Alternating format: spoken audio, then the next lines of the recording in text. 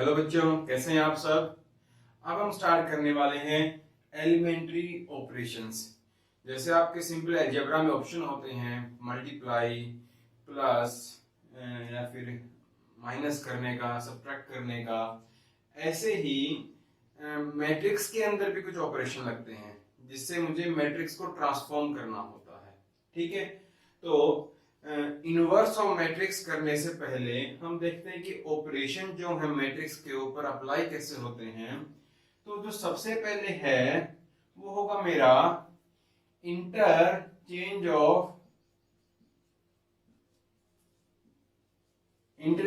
Of any row oblique column. इस operation में होता क्या है कि मैं किसी भी रो को किसी दूसरी रो के साथ इंटरचेंज कर सकता हूं। जैसे मेरे पास मैट्रिक्स है 1 2 3 4 5 6 7 8 9। ओके, ये 3x3 की मैट्रिक्स है और अगर मुझे रो 1 को रो 2 के साथ इंटरचेंज करना हो तो मैं लिखूंगा सिंबल कुछ ऐसा होगा, R1 को इंटरचेंज किया R2 के साथ। ठीक है, R1 को इंटरचेंज किया R2 के साथ और ये ऑपरेशन लगाने के बाद मेरी जो मैट्रिक्स है वो कुछ ऐसी बन जाएगी 4 5 6 1 2 3 एंड 7 8 9। ठीक है, हमारी मैट्रिक्स ये थी। ऑपरेशन लगा कि R1 को चेंज किया R2 के साथ, तो जहां पर R1 था उधर मैंने R2 को लिख दिया और जहां पे R2 थी उधर मैं R1 को ले आया। ये आपका कॉलम के साथ भी लग सकता है। मान लो मैट्रिक्स आपकी सेम है और ऑपरेशन लगाता हूं इसके अंदर, C1 को इंटरचेंज किया C3 के साथ, फॉर एग्जांपल C2 C3 के साथ, C3 के साथ अगर मैं इंटरचेंज करूंगा तो यहां बन जाएगा C1 की जगह C3 3 6 9। जो C2 है वो चेंज नहीं होगी क्योंकि उसके ऊपर तो हमने ऑपरेशन लगाया ही नहीं, तो ये होगा 2 5 8 और C3 की जगह C1 लिख दिया जाएगा 1 4 एंड 7। इस तरीके से हम किसी एक रो और दूसरी रो को आपस में इंटरचेंज कर सकते हैं या किसी एक कॉलम को दूसरे कॉलम के साथ इंटरचेंज कर सकते हैं। जो दूसरी प्रॉपर्टी है या जो दूसरा ऑपरेशन है वो होगा multiplication of an element with a row oblique column। हम किसी एक एलिमेंट की मल्टीप्लाई कर सकेंगे किसी एक रो या किसी एक कॉलम के साथ, और जो हमारा एलिमेंट के होगा वो समथिंग नॉन जीरो होगा, वो जीरो के इक्वल नहीं होगा। एग्जांपल देखते हैं, कोई हमारी 1 2 3 5 6 7, ये हमारी कोई मैट्रिक्स है A। अब मुझे ये वाला ऑपरेशन लगाना है कि मैं किसी भी रो या किसी भी कॉलम को किसी एलिमेंट के साथ मल्टीप्लाई कैसे कर सकता हूं। तो मैं लिखूंगा कि R1 को चेंज किया, या आपके बार R1 नहीं लेते, आपके बार लेते R2। R2 को चेंज किया 2R2 के साथ, R2 को चेंज किया 2R2 के साथ। अब इसमें दोनों तरफ एरो नहीं है। जो इंटरचेंजिंग वाला ऑपरेशन था जो हमने इससे पहले किया था उसके अंदर दोनों तरफ एरो थे, लेकिन इसके अंदर दोनों तरफ एरो नहीं होंगे क्योंकि हमने R2 को ही R2 के किसी मल्टीपल के साथ चेंज किया और वो कैसा है, ट्वाइस है। तो R2 को चेंज किया ट्वाइस ऑफ R2, इसका मतलब जितने भी R2 में जितने भी रो 2 में एलिमेंट हैं सबको चेंज कर दिया उनके डबल के साथ। तो मेरा ए मैट्रिक्स बन जाएगी 1 2 3। R1 है तो वो चेंज नहीं होगी क्योंकि हमने चेंज सिर्फ R2 को किया है, तो इधर R2 हो जाएगी। R2 है क्या, ट्वाइस ऑफ R2, मतलब खुद का वो डबल हो जाएगा, तो इट मींस 10 12 एंड 14। ठीक है। अगर कॉलम की बात करें तो C3 को चेंज किया 1/2 C3। ठीक है, हम हाफ भी कर सकते हैं, जैसी हमारी रिक्वायरमेंट होगी हम वैसे ऑपरेशन लगाएंगे। ठीक है, तो C3 को चेंज किया हाफ ऑफ C3, तो इसके बाद हमारा बन जाएगा पहली जो कॉलम है वो सेम रहेगा, दूसरा कॉलम भी सेम रहेगा। हमने कॉलम थर्ड को चेंज किया है तो थर्ड के अंदर ही चेंज आएगा, दैट विल बी 3/2 एंड 7/2। कुछ इस तरीके से हम मल्टीप्लिकेशन वाला जो ऑपरेशन है मैट्रिक्स के ऊपर अप्लाई कर सकते हैं। Now the third operation is addition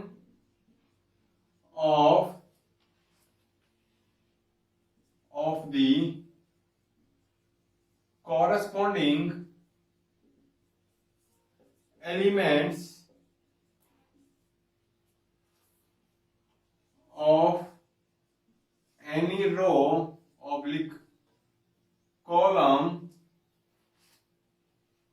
with other row oblique column। इसका मतलब क्या हुआ कि हम किसी भी रो के एलिमेंट को या किसी भी कॉलम के एलिमेंट को दूसरी रो या दूसरी कॉलम के एलिमेंट के साथ प्लस कर सकते हैं। एग्जांपल देखते हैं, एक 2/2 की मैट्रिक्स ले लें, 7 5 3 2। ओके, अब देखते हैं कि ये प्रॉपर्टी जो ये ऑपरेशन है ये क्या बोलता है। R1 को चेंज कर सकते हैं कैसे, addition of any corresponding element of any row with other row. मतलब R1 के जो एलिमेंट हैं हम दूसरी रो के एलिमेंट के साथ प्लस कर सकते हैं, कुछ ऐसे कि R1 प्लस R2। ठीक है, एक हल्का सा एग्जांपल बताता हूं। अगर मुझे इधर 10 चाहिए, 7 की जगह मुझे 10 चाहिए। एक एग्जांपल लो कि मुझे इधर 7 की जगह क्या चाहिए, 10 चाहिए। वो 10 कैसे आ सकता है, अगर उसके अंदर मैं ये वाला 3 प्लस कर दूं। ये 7 है वो R1 में है और ये 3 है वो R2 में है, तो मैथमेटिकली या मैट्रिक्स में मैं क्या बोलूंगा, अगर मैं R1 में R2 को प्लस कर दूं तो इधर मुझे 10 मिल जाएगा। ठीक है, और इधर मुझे 7 मिलेगा। ऐसा नहीं हो सकता कि मैं सिर्फ 3 ऐड करूं, 2 ऐड ना करूं। पूरी रो में पूरी रो ऐड होगी बच्चों, पूरे कॉलम में पूरा ही कॉलम ऐड होगा। हम हर एक अलग से एलिमेंट को ऐड नहीं कर सकते कि मुझे इधर 10 चाहिए था लेकिन इधर 5 नहीं। इधर अगर 10 बनाओगे तो इधर ही 7 बनेगा, तो ये हो जाएगा 10 7 3 2। और इसकी जरूरत कहां पड़ेगी, जब हम आगे हम इनवर्स निकालेंगे। ठीक है, दोबारा समझते हैं। मैं किसी भी रो में दूसरी रो को ऐड कर सकता हूं, सिंपल सा फंडा है। रो में पूरी रो ऐड होगी और कॉलम में पूरा कॉलम ऐड होगा। हर एक एलिमेंट अपने कोरस्पोंडिंग एलिमेंट में ही ऐड होगा, सिंगल एलिमेंट ऐड नहीं कर सकते। ठीक है, पूरी रो थी 7 5, नीचे पूरी रो थी 3 2, ये पूरी की पूरी रो 7 और 5 में ऐड हो गई। इसमें लिखने में जो ऑपरेशन होगा वो ये होगा कि R1 को चेंज किया R1 प्लस R2। इसमें एक बात याद रखनी है, जो रो आप इधर चेंज कर रहे हो तो सबसे पहले आपको उसी रो का नाम लिखना है। इसका मतलब क्या होता है, जो R1 थी मेरी, जो R1 थी 7 5, अब क्या बन गई है R1 प्लस R2। पहले ये थी लेकिन अब क्या बन गई है R1 प्लस R2। अगर मैं इसको ऐसे लिखता हूं कि R1 को चेंज किया R2 प्लस R1, तो ये लिखने का तरीका गलत हो जाएगा। ठीक है, क्योंकि R1 में ही R2 ऐड हुई है, R2 में R1 ऐड नहीं हुआ है ना। अगर R2 में R1 ऐड हुआ होता तो 7 5 10 और 7 कुछ ऐसे लिखा होता। R1 में R2 ऐड हुई है, R2 में R1 ऐड नहीं हुआ। तो याद रखना बच्चों, जो इधर R1 है तो इधर भी R1 होगा, इधर R2 है तो इधर भी R2 होगा। कहने का मतलब है जो रो इधर है वही रो आपको इधर रखनी पड़ेगी। इसको आप याद भी कर सकते हो, सिंपल सी बात है। जिसको मैं चेंज कर रहा हूं सबसे पहले नाम उसी का आएगा, ठीक है। जिसको मैं चेंज करूंगा सबसे पहले नाम उसी का आएगा। ये था हमारा एडिशन।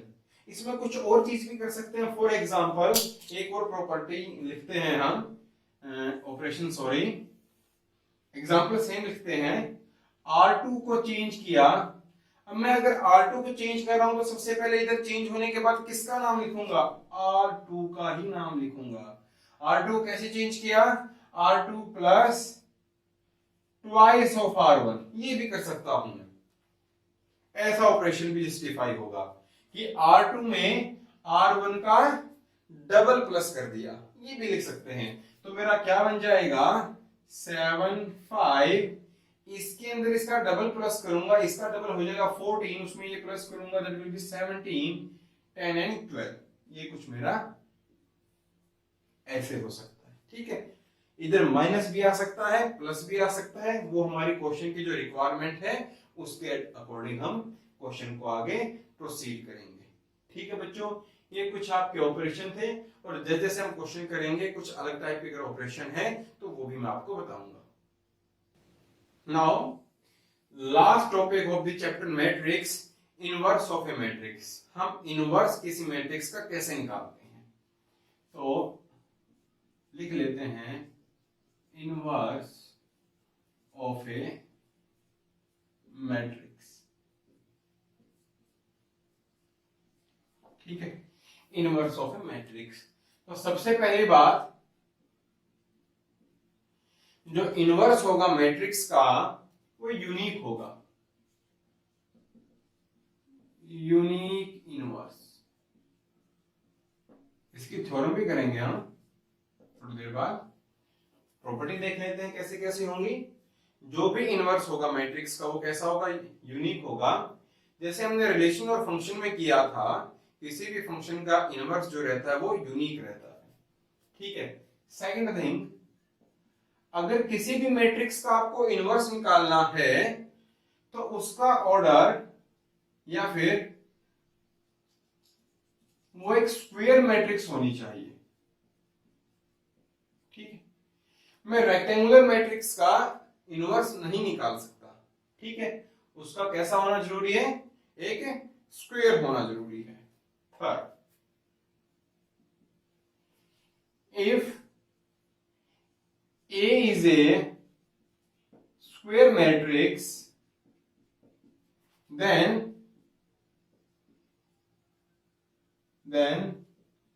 B is called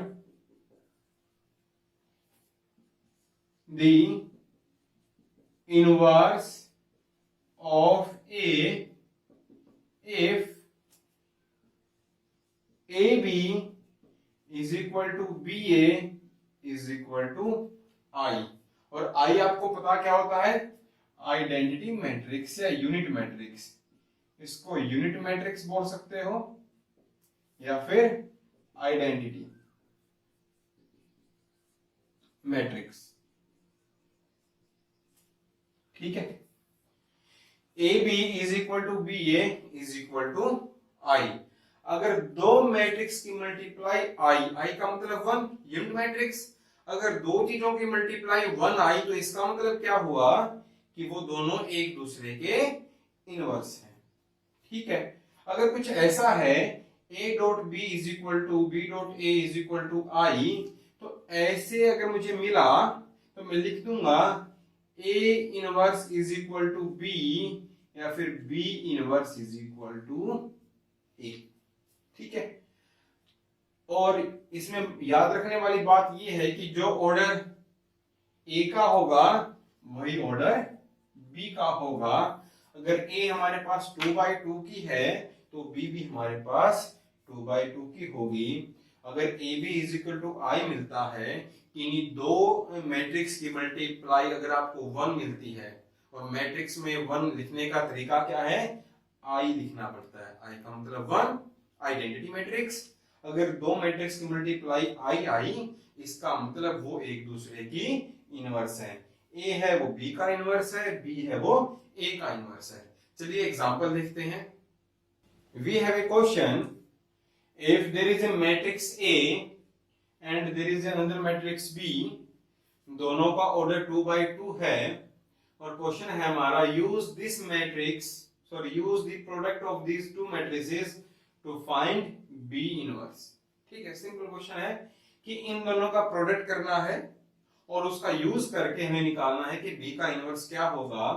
तो पहले मैं इनका प्रोडक्ट निकाल लेता हूं, वो हो जाएगा AB, वो कुछ ऐसे निकलेगा 3, 10, 2, 7 एंड 7 -10 -2 3, और जब मैं इनका प्रोडक्ट निकालूंगा 21 -20 1 30 30 0 again 0 and again 1. Now, and I can write this 1 0 0 1 identity matrix, unit matrix, so I can write over I here, एक capital I में तो लिख सकता हूँ। So now I can say AB is equal to I. It means A inverse is equal to B और B inverse is equal to A। मुझे B inverse निकालना था, वो आया A के इक्वल। इट मीन्स A क्या है मेरी 3, 10, 2, 7। तो ये मेरा आंसर हो गया। ठीक है बच्चों, कुछ ऐसे हम निकाल सकते हैं अगर इस टाइप का क्वेश्चन आपको मिलता है तो। ठीक है, दो थ्योरम आपके पास, देयर आर 2 थ्योरम्स जो आपको आनी चाहिए। क्वेश्चन आ सकता है 2 नंबर का, उसके अंदर से देख लेते हैं फटाफट वो थ्योरम कौन कौन सी है। Now theorem number 1, uniqueness of inverse. हमें देखना है कि uniqueness of inverse, it means कि किसी भी मैट्रिक्स का जो इनवर्स है वो एक ही होगा, इनवर्स दो नहीं हो सकते। तो हमने मान लिया कि कोई एक मैट्रिक्स है A, उसके दो इनवर्स हैं, that B and C, B और C उसके दो इनवर्स हैं। हमको प्रूव करना है कि वो दोनों इक्वल हैं। अगर दोनों इक्वल हुए, इसका मतलब यूनिकनेस ऑफ इनवर्स हमने प्रूव कर दिया। तो हम लिखेंगे if B is the inverse of A, तो मैं AB is equal to BA is equal to I लिख सकता हूं, बोलो हाँ है ना। ठीक है, and if C is the inverse of A, तो मैं क्या लिख सकता हूं, AC is equal to CA is equal to I। ठीक है, बोलो हाँ है ना। अगर ऐसा है तो मुझे एक बात बताओ, क्या मैं B को BI नहीं लिख सकता? Matrix B is equal to BI, I का मतलब 1, आइडेंटिटी मैट्रिक्स, तो 1 की तरह कंसीडर करेंगे। अगर किसी मैट्रिक्स में 1 के मल्टीप्लाई कर दो तो असर उसके ऊपर कुछ होगा नहीं, तो ये ठीक रहेगा। इधर से B is equal to इस I की जगह क्या मैं AC लिख दूं? मुझे बताइए, क्या इस I की जगह मैं AC लिख दूं? क्योंकि I तो मेरा AC के इक्वल भी है, लिख दिया। तो इधर से जो एसोसिएटिव प्रॉपर्टी है मल्टीप्लिकेशन ऑफ मैट्रिसेस की, क्या मैं इसको ये नहीं लिख सकता, मैंने ब्रैकेट से बाहर A निकाले तो BAC हो गया। इधर से BA की मतलब क्या है, BA का मतलब I, तो BA की जगह अगर मैं I लिख दूं तब भी गलत नहीं होगा।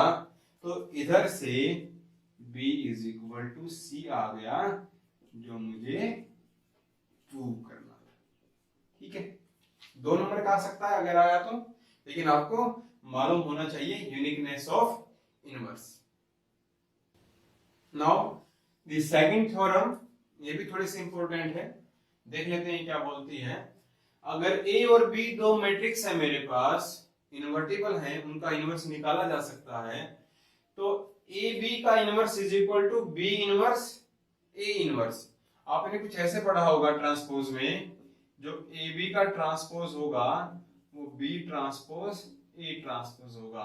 इसको सिंपल ब्रैकेट की तरह ओपन नहीं करना, इसको याद रखना, बच्चे कई बार गलती कर देते हैं। इसको सिंपल ब्रैकेट ओपन करके ए बी का इनवर्स लिख देंगे, ए इनवर्स बी इनवर्स, ऐसे नहीं होगा। अगर ए बी का इनवर्स है तो वो किसके इक्वल होगा, बी इनवर्स और ए इनवर्स के। देखिए प्रूफ देख लेते हैं इसका। मुझे एक बात बताओ, ए बी को अगर मैं ए बी के इनवर्स के साथ मल्टीप्लाई करूं तो क्या आई नहीं आएगा? हमने अभी देखा थोड़ी देर पहले, एक जो मैट्रिक्स है ए बी, क्योंकि मैट्रिक्स ए बी है और मैट्रिक्स बी भी है, तो जब मैं दोनों की मल्टीप्लाई करूंगा तो आंसर भी मेरा कैसा आएगा, मैट्रिक्स ही आएगा। तो ए बी भी जो मेरी है वो एक मैट्रिक्स ही है, तो एक मैट्रिक्स की मल्टीप्लाई उसी के इनवर्स के साथ मुझे आंसर मिलेगा आई, आइडेंटिटी मैट्रिक्स। एक काम करता हूं मैं, pre multiply of A inverse. मैं प्री मल्टीप्लाई का मतलब है पहले मल्टीप्लाई, पोस्ट मल्टीप्लाई का मतलब बाद में मल्टीप्लाई, ठीक है। तो प्री मल्टीप्लाई ऑफ, इस बात का ध्यान रखना है, अगर प्री मल्टीप्लाई करते हो दोनों तरफ प्री मल्टीप्लाई करनी पड़ेगी, पोस्ट मल्टीप्लाई करते हो दोनों तरफ बाद में मल्टीप्लाई करनी पड़ेगी। तो pre multiply of A inverse, तो कुछ ऐसा लिख सकता हूं मैं, ए इनवर्स की मैंने मल्टीप्लाई कर दी तो ये कुछ ऐसे हो गया, बोलो हाँ या ना। मैंने ए इनवर्स पहले मल्टीप्लाई कर दिया, इधर भी ए इनवर्स पहले मल्टीप्लाई कर दिया, और एसोसिएटिव प्रॉपर्टी बोलती है कि ये क्या हो गया मेरा, ए इनवर्स ए इनवर्स ए आई अभी किया था, तो ये बन गया मेरा आई, ये मेरा बी रहा, तो A B inverse is equal to A inverse, क्योंकि ए इनवर्स की मल्टीप्लाई अगर आई के साथ करता हूं तो मेरा ए इनवर्स ही रहेगा। अब बी की मल्टीप्लाई आई के साथ तो मेरा सिंपल बी रहा।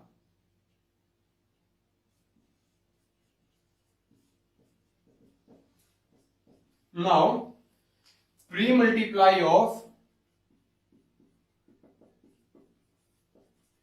बी इनवर्स, मैं दोनों तरफ बी इनवर्स की प्री मल्टीप्लाई कर दूंगा, तो मेरा कुछ ऐसे बनेगा, B inverse B,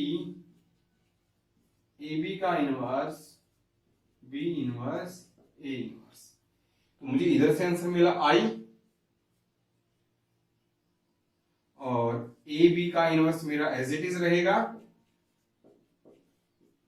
and finally मुझे क्या मिला कि ए बी का inverse is equal to B inverse A inverse. तो फाइनली मुझे यही प्रूव करना था, और ये बच्चा आपके बड़ी जरूरी काम आने वाली क्वेश्चंस हैं, जो आपको आगे भी काम आएंगे इनवर्स निकालने में, मल्टीप्लाई करके कैसे इनवर्स निकालना है, तो उसके अंदर भी बड़ी ये काम आने वाली चीज है, ठीक है। अब क्वेश्चन देखते हैं। सबसे पहले देखेंगे 2x2 जो मैट्रिक्स है उसका इनवर्स कैसे निकालना है, एक क्वेश्चन उसका भी करेंगे। उसके बाद देखेंगे 3x3 की जो मैट्रिक्स है उसका इनवर्स कैसे निकालें, एक क्वेश्चन हम उसका भी करेंगे। एक मैट्रिक्स लेते हैं 2x2 की,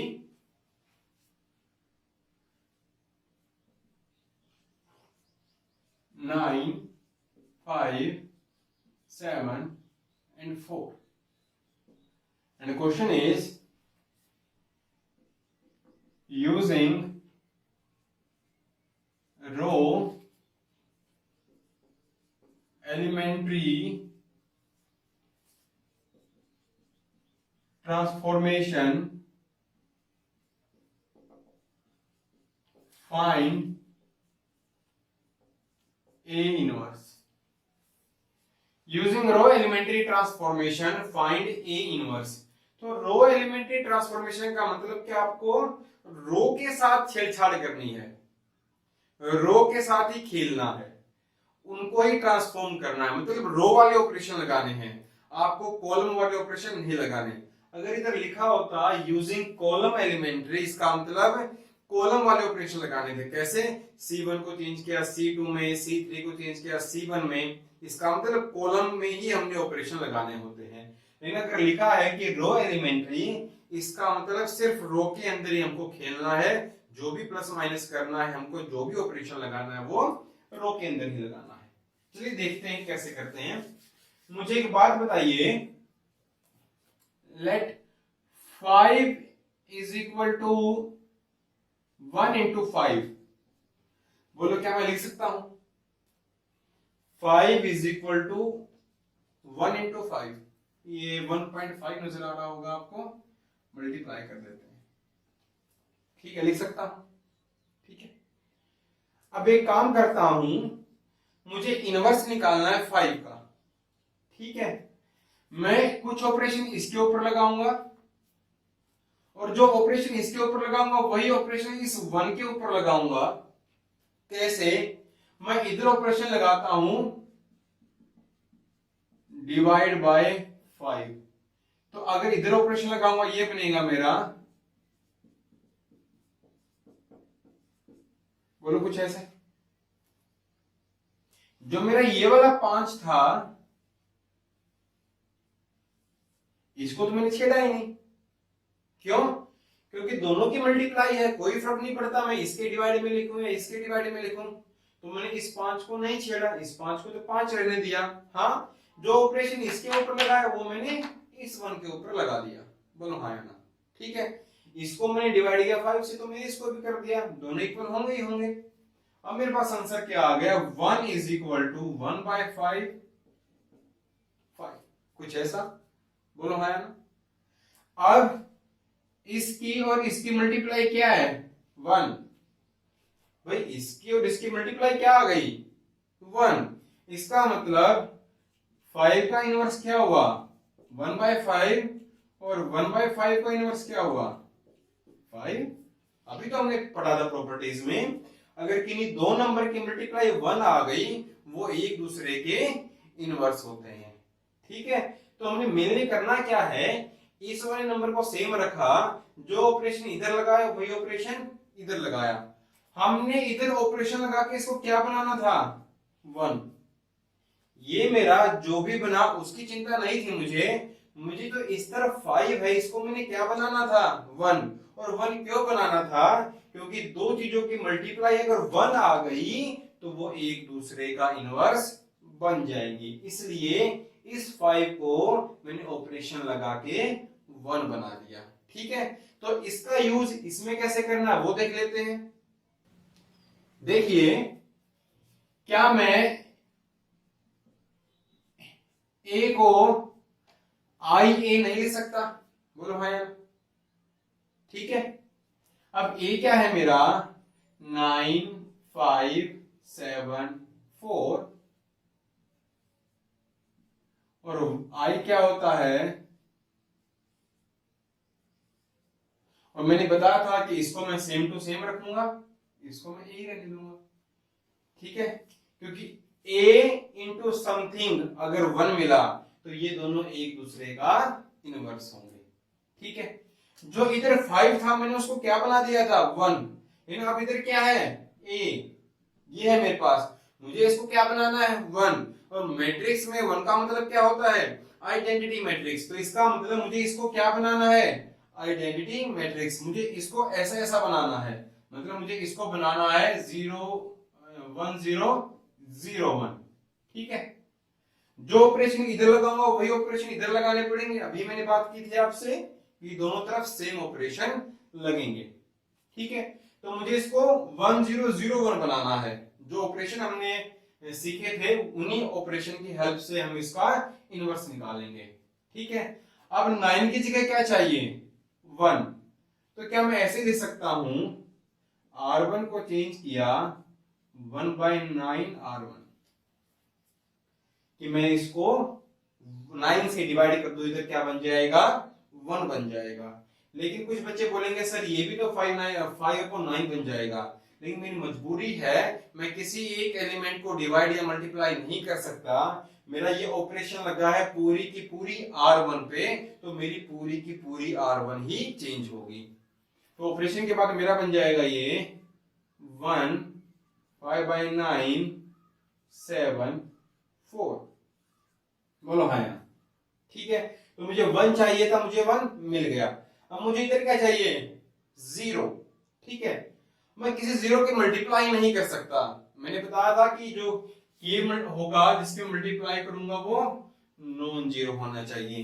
मैं 1 की मल्टीप्लाई कर सकता हूँ, 2 की कर सकता हूँ, 1/9 की कर सकता हूँ जैसे इधर करी थी, लेकिन मैं 0 की मल्टीप्लाई नहीं कर सकता, ठीक है। 0 की मल्टीप्लाई कर दी तो टोटल मैट्रिक्स से मेरी 0 बन जाएगी। तो अगर मैं इसको 0 बनाऊं तो ये लिख सकता हूं R2 को चेंज किया R2 माइनस 7R1। देखिए, अगर मैं इसमें से इसका 7 टाइम्स माइनस कर दूं, इसका 7 टाइम्स कितना होगा 7, और अगर मैं इसमें से माइनस कर दूंगा तो इधर क्या आ जाएगा 0।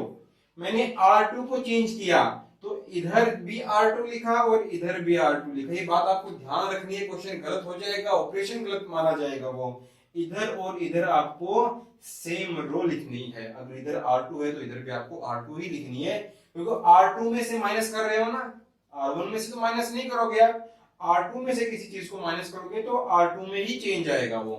तो आपने R2 को चेंज किया है तो R1 तो ऐसी कैसी रहेगी। R2 को चेंज कैसे किया, R2 माइनस 7R1, तो इसका 7 करके इसमें से माइनस, इसका 7 टाइम्स 7 इसमें से माइनस किया 0, तो 4 माइनस इसका 7 टाइम्स कितना हो जाएगा 35/9, ठीक है, कुछ ऐसा। अगर इसको सॉल्व करूंगा 36, ये मेरा हो जाएगा 1/9, ठीक है बच्चों। अब मेरा यहां तक तैयार हो गया। 1 था 1 मिल गया, 0 था 0 मिल गया। सॉरी, हमने इस तरफ तो ऑपरेशन लगाया ही नहीं, लगा लेते हैं फटाफट, क्योंकि जो ऑपरेशन इधर लगना था वही ऑपरेशन इधर लिखना था। तो फटाफट इसको लगा लेते हैं। क्या था कि R1 को चेंज किया 1/9 R1 में, तो 1/9 0 0 1 A, क्योंकि A को चेंज नहीं करना, ये सेम आएगा। अब 1/9 0, अब इसमें से इसका 7 टाइम्स 0 माइनस 7/9 एंड 1, कुछ ऐसा, ठीक है। जो ऑपरेशन इधर लगाऊंगा वही ऑपरेशन इधर लगाएंगे, ए को मैं सेम रखूंगा। अब चलते हैं नेक्स्ट पे। नेक्स्ट कुछ इस तरफ देख लेते हैं। अब इधर 1 है, इधर 0 है, इधर क्या चाहिए 1, इधर मुझे क्या चाहिए 1। अगर इधर 1 चाहिए तो क्या ये ऑपरेशन लगा सकता हूं मैं, R2 को चेंज किया 9R2 के साथ, R2 को चेंज किया 9R2 के साथ, इसका मतलब जो R2 है इसकी 9 से मल्टीप्लाई करनी पड़ेगी, तो 1 5/9 0 1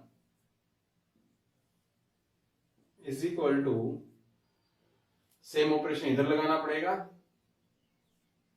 इसकी मल्टीप्लाई 9 के साथ, तो -7 9, और ए मेरा ऐसे का ऐसा रहेगा, ठीक है।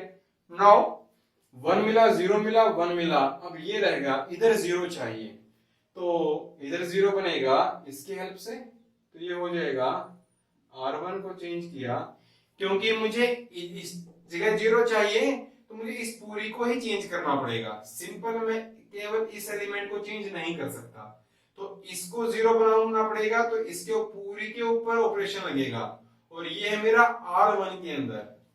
कुछ बच्चे बोलेंगे सर ये C2 के अंदर भी तो है, लेकिन क्वेश्चन क्या है मेरा, रो एलिमेंट्री, मुझे सिर्फ रो के साथ ही खेलना है, कॉलम के साथ नहीं खेलना।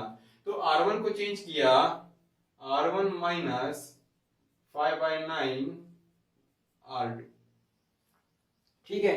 इसका मतलब R2 को 5/9 से मल्टीप्लाई करने के बाद R1 में से मैं लेस कर दूंगा, तो इधर कुछ आएगा 1 0 0 1, एंड इधर कुछ आएगा, इसमें से इसका 5/9, तो ये हो जाएगा 1/9 प्लस 35/9। इसमें से अगर मैं 5/9 0 minus 9 into 5/9 minus 7 and 9, multiply में मेरा यही रहेगा। तो फाइनली इसके बाद मुझे मिला 1 0 0 1, ये मिला 4, और मुझे मिला -5 -7 and 9 into a। Now a into something is equal to i, दो चीजों की मल्टीप्लाई i, इसका मतलब ये दोनों एक दूसरे के इनवर्स हैं। इसका मतलब a इनवर्स क्या हो गया मेरे पास, 4 -5 -7 9। ठीक है, फटाफट देख लेते हैं क्या किया हमने। 9 को 1 बनाया। 9 को 1 बनाने के दो तरीके होते हैं। 9 1 बनेगा या तो इसको डिवाइड कर दो या इसकी हेल्प से, या इसको डिवाइड करो या इसकी हेल्प से। तो ये 1 बनेगा इसके हेल्प से, उसके बाद ये 0 बनाना था, ये 0 बना इसकी हेल्प से, उसके बाद इसको 1 बनाना था, ये 1 बना कॉमन निकाल के, कॉमन निकालो या फिर मल्टीप्लाई कर दो। उसके बाद इसको 0 बनाना था, ये 0 बना इसके हेल्प से। तो यही आपका तरीका है कि आपको याद रखना है कि जो ये 1 बनेगा इसकी हेल्प से या कुछ मल्टीप्लाई करने से। ठीक है, या आप ट्रिक समझ सकते हो इसको, जब ये 1 बनाना है, ये 1 बनेगा इसके हेल्प से कुछ मल्टीप्लाई करने से, उसके बाद ये 0 बनेगा इसकी हेल्प से, उसके बाद ये 1 बनेगा कॉमन निकाल के। ठीक है, उसके बाद ये 0 बनेगा इसकी हेल्प से। ठीक है, ये 4 स्टेप हैं, इन्हीं सीरीज में इसको फॉलो करना है। बाकी अगर कोई क्वेश्चन आपको इजी लगता है तो दूसरे ढंग से भी कर सकते हो। इसको करने के 2-3 ढंग होते हैं, कोई बच्चा जैसे मर्जी करे। 2 बच्चे हैं, 2 अलग अलग मेथड से कर सकते हैं, लेकिन अगर आपको एक ही मेथड चाहिए तो ये वाला सही है। पहले इसको 1, फिर इसको 0, फिर इसको 0, फिर इसको 1 और फिर इसको 0। 4 स्टेप में आपका क्वेश्चन हो जाएगा। नाउ आज का आखिरी क्वेश्चन, एक 3x3 की मैट्रिक्स है और उसका इनवर्स निकालना है रो एलिमेंट्री मेथड से, रो एलिमेंट्री ट्रांसफॉर्मेशन मेथड से, कि हमको रो को ट्रांसफॉर्म करके उसका इनवर्स निकालना है। तो सबसे पहला काम, सॉल्यूशन लिखो, बहुत बढ़िया। तो a is equal to I A. ठीक है, a is equal to I A, value लिख लेते हैं इनकी, 0 1 2 1 2 3 3 1 1 इज इक्वल टू आई ए। अब अगर ये 3x3 की मैट्रिक्स है तो इसके अंदर आई भी जो है वो 3x3 का हो जाएगा, कुछ ऐसा। ठीक है, और आपको मालूम है जो इधर ऑपरेशन लगेंगे सेम ऑपरेशन इधर लगाने पड़ेंगे। तो एक काम करता हूं, मैं इसको ऑपरेशन लगा के आइडेंटिटी मैट्रिक्स बना देता हूं। ठीक है, जो ऑपरेशन इधर लगाऊंगा वही सेम ऑपरेशन इधर लिखेंगे, तो आपके लिए काम बच जाएगा कि इनवर्स आपको दोबारा निकालना पड़ेगा। मैं इधर ऑपरेशन लगा के इस तरफ रहने देता हूं, इधर ये समझो आपके लिए काम है, क्योंकि बोर्ड है छोटा, काम है बड़ा। तो जो ऑपरेशन इधर लगेंगे वो वही लगेंगे जो इधर लगेंगे। तो ये वाला काम आपके लिए, मैं इधर ऑपरेशन लगा के इसको आइडेंटिटी मैट्रिक्स बना देता हूं, उसके बाद आप इधर ऑपरेशन लगा के उसका इनवर्स निकाल लेना। ठीक है, तो मुझे इसको ये बनाना है, मुझे इसको ये बनाना है। ठीक है, आइडेंटिटी मैट्रिक्स बनानी है, तो मुझे सबसे चाहिए भाई 1, 0 की जगह क्या चाहिए 1। तो सबसे पहले देखूंगा कि रो में, रो एलिमेंट्री है ना, तो रो को ही देखना है, कॉलम को नहीं देखना। तो रो में 1 कहां है, मिला, बिल्कुल आसानी से मिला। मैंने बताया था आप इधर भी चेक कर सकते हो, डिवाइड कर सकते हो, जैसे मर्जी कर सकते हो। ठीक है, तो मुझे नीचे आसानी से 1 मिला है, तो इसको मैं ऊपर फेंक दूंगा कि R1 को चेंज किया किसके साथ, R2 के साथ, मेरा 1 मिल जाएगा मुझे ऊपर। तो कुछ ऐसे होगा ये 1 2 3 0 1 2 3 1 1, बोलो हाँ है ना। ठीक है, इधर 1 चाहिए था 1 मिल गया, इधर 0 चाहिए था वो अपने आप आ गया। कई बार क्वेश्चन इतना इजी होगा कि अपने आप चीजें बनती जाएंगी, आपको ज्यादा बुद्धि का प्रयोग करने की जरूरत नहीं होगी। ठीक है, मुझे इधर कितना चाहिए 1 0 0, तो 1 0, इधर भी 0 चाहिए, तो इधर 0 कैसे बनाऊं, 3 में से अगर मैं इसका 3 टाइम्स, देखो मैं आपको बताता हूं कि ये सीरीज कैसे चलती है, ये चलती है ऐसे ऐसे, ये कुछ ऐसे चलती है, क्या समझे, पहले इसको 1, इसको 0, इसको 0, इसको 0, इसको 1, इसको 0, इसको 1, इसको 0, इसको 1, सॉरी इसको 0, इसको 1, मतलब इस रो में हम काम करेंगे, चीजें हमारी बनती जाएंगी, तो हमारा मैक्सिमम 6 स्टेप में क्वेश्चन हो जाएगा। अगर कोई बच्चा ऐसे ही ओड तरीके से क्वेश्चन करेगा तो 7 8 10 स्टेप लग जाएंगे उसको। ठीक है, तो अगर हम यही फॉलो करेंगे, ये वाला मेथड, ये शॉर्ट ट्रिक समझ लो, ट्रिक समझ लो, कोई मेथड समझ लो जो आपको बुक के अंदर नहीं मिलेगा, वैसे बता रहा हूं कि अगर हम इस सीक्वेंस में इनको 1 0 0 1 बनाना स्टार्ट करते हैं तो हमारा इजी बनेगा, और जो चीज एक बार बन गई है वो चेंज नहीं होगी। ठीक है, तो पहले इसका नंबर, फिर इसका, अब इसका नंबर आया, तो R3 को चेंज किया R3 माइनस 3R1, मतलब इसमें से मैंने इसका 3 टाइम्स माइनस कर दिया। मैंने R3 को चेंज किया है तो पहली 2 रो तो मैं ऐसे कैसे लिख दूंगा, तो इधर 0 आ जाएगा, इसमें से इसका 3 टाइम्स -5, इसमें से इसका 3 टाइम्स -8। ठीक है, अब इसके बाद इधर मुझे चाहिए कितना 1, सॉरी 0, इधर मुझे कितना चाहिए 0, तो इधर 0 बनाऊंगा, इधर 0 बनेगा इसकी हेल्प से। ठीक है, दोबारा रिपीट करता हूं, इस क्वेश्चन को आपने एक नहीं दो नहीं कम से कम 10 बार देखना है। ये 0 बना अपने आप या किसी की हेल्प से, ये 0 बनेगा इसकी हेल्प से, फिर ये 0 बनेगा इसकी हेल्प से। ठीक है, ये बन चुके हैं। अब ये 0 बनेगा इसकी हेल्प से, याद रखो ये 0 बनेगा इसकी हेल्प से, तो इसकी हेल्प कैसे, R3 को चेंज किया R3 प्लस 5R2, अगर इसको मैं 5 से मल्टीप्लाई करके इसमें ऐड कर दूं तो 0 बन जाएगा, तो कुछ ऐसा होगा, इसको साफ कर देते हैं,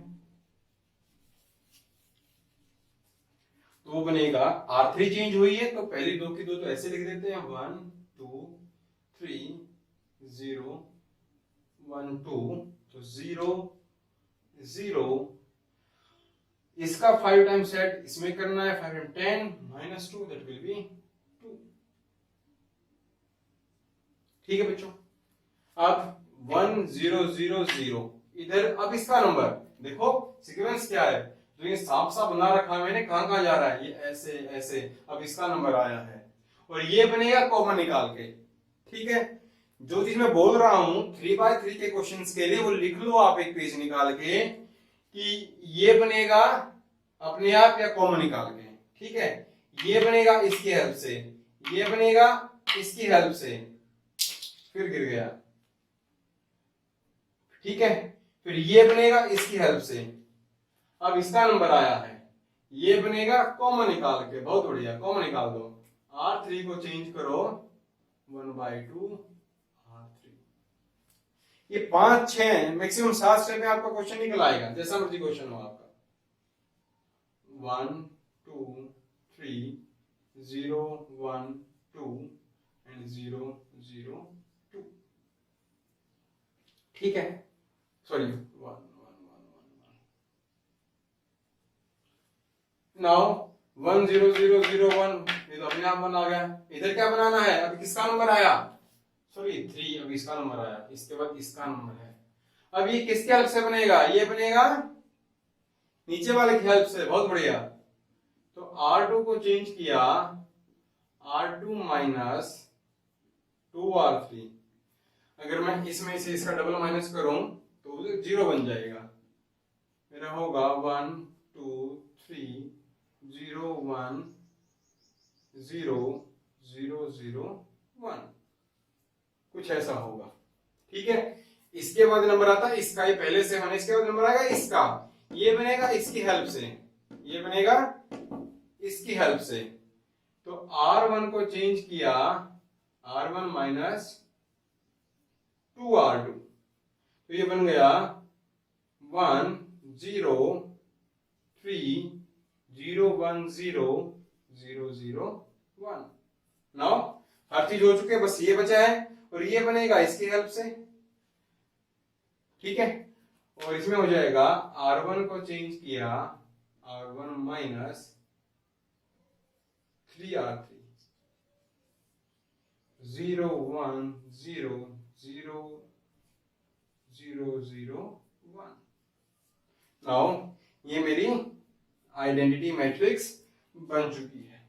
ठीक है, ये जो ऑपरेशन है, अब कितने स्टेप थे इसके अंदर, 1 2 3 4 5 6, तो 6 स्टेप में हमारा क्वेश्चन हो गया। 7वें स्टेप में हमारा आंसर आ गया था। 6 या मैक्सिमम 7 लगा लो, 7 स्टेप में आपका आंसर हो जाएगा। ठीक है, अब ये चीज आपको फॉलो करनी है। ठीक है, पहले ये बनाना है, ये बनेगा इसके हेल्प से, ये बनेगा इसके हेल्प से, ये बनेगा इसकी हेल्प से, ये बनेगा कॉमन निकाल के, ये बनेगा किसके हेल्प से, कहां लगा 3 3 3 3 3 3, कहां ये रहा, हाँ इधर था, ये बनेगा इसकी हेल्प से, ये बनेगा, अगर ये है तो ये कॉमन निकाल के बनेगा आपका, ये बनेगा कॉमन निकाल के, ये बनेगा इसकी हेल्प से, ये बनेगा फिर इसकी हेल्प से। ठीक, क्वेश्चन ट्राई करना, जैसे जैसे क्वेश्चन करोगे आपको मेथड इजीली आता जाएगा, और जो भी आपके डाउट हैं, अगर आप सिंपल एक पर्टिकुलर तरीका फॉलो करते हो तो आपके डाउट भी धीरे धीरे दूर होते जाएंगे। जितने भी 3x3 के क्वेश्चंस हैं, जितने भी 2x2 के क्वेश्चंस हैं, उनको ट्राई करना, और जहां कहीं भी डाउट आता है उसको दोबारा से रिव्यू करना कि आपने कहीं गलती तो नहीं करती है। सारी प्रॉपर्टीज, सारे फॉर्मूला, जो भी एग्जाम्पल आपकी बुक में आपको सारे करने हैं, और इस तरीके से जो लास्ट टॉपिक था हमारा मैट्रिक्स का, वो हमने खत्म कर दिया है। अगले टॉपिक में या फिर अगली वीडियोस में हम कुछ क्वेश्चंस करेंगे, जो बुक के होंगे या जो दूसरी बुक है आपकी एनसीईआरटी को छोड़ के, उसमें से हम कुछ क्वेश्चंस करेंगे। 1 2 या 3 मैक्सिमम वीडियो बना लेंगे वर्कशीट के ऊपर, जिसके अंदर 10 क्वेश्चन हर एक वीडियो में लिखा जाएगा, और आपको उन 10 क्वेश्चन में हम ट्राई करेंगे कि आपकी हर एक टाइप कवर हो जाए। ठीक है बच्चों।